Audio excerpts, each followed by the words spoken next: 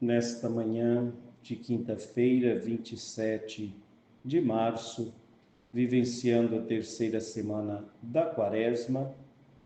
A liturgia nos traz o Evangelho de São Lucas, capítulo 11, versículos de 14 a 23. Proclamação do Evangelho de Jesus Cristo, segundo Lucas. Glória a vós, Senhor. Naquele tempo, Jesus estava expulsando um demônio que era mudo. Quando o demônio saiu, o mudo começou a falar, e as multidões ficaram admiradas. Mas alguns disseram: é por Beelzebu, o príncipe dos demônios, que ele expulsa os demônios. Outros, para tentar Jesus, pediram-lhe um sinal do céu. Mas conhecendo os seus pensamentos, Jesus disse-lhes: todo reino dividido contra si mesmo será destruído, e cairá uma casa por cima da outra.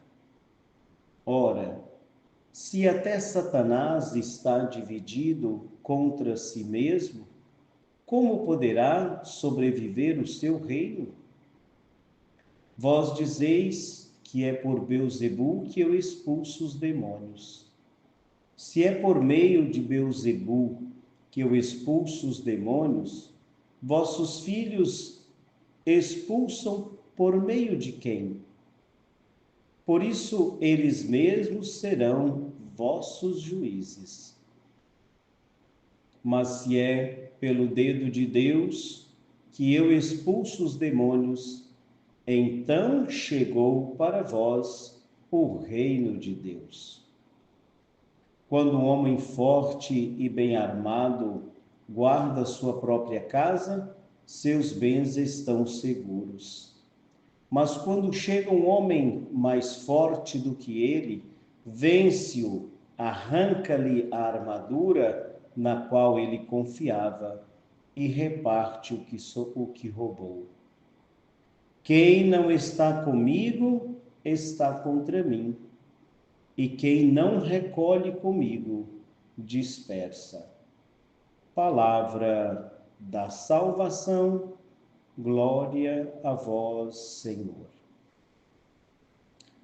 Queridos ouvintes, Jesus expulsa um demônio, curando uma pessoa, curando um mudo, e as multidões ficam admiradas. As multidões reconhecem os grandes feitos de Jesus. Reconhece que Jesus passou fazendo o bem e fez bem todas as coisas. Esta caminhada quaresmal nos ajuda a perceber isto em Jesus, a perceber que o reino de Deus já chegou, que o reino de Deus se manifesta no meio de nós. E as ações de Jesus é esta manifestação do reino de Deus que chegou. Veja, os mudos falam, os coxos andam, os cegos enxergam. Então, estes feitos de Jesus é que vai fazendo o reino de Deus acontecer. É o que Jesus diz: se é pelo dedo de Deus, pelo poder de Deus que eu expulso os demônios, então chegou para vós o reino de Deus. Esta ação de Jesus, que causou admiração nas multidões, alguns diziam que era por meio de Beelzebu, o príncipe dos demônios, que Jesus estava expulsando um demônio. Como pode Jesus expulsar um demônio por meio de um demônio? É o que Jesus disse. O reino dividido entre si mesmo, ele não consegue sobreviver. Uma das grandes questões da comunidade, dos grupos, das associações, é manter a unidade. Um grupo, uma associação, uma comunidade, uma família dividida em si mesma, ela não sobrevive. É o que Jesus está dizendo para cada um de nós. Ora, se até Satanás está dividido contra si mesmo, como poderá sobreviver o seu reino? Disse Jesus.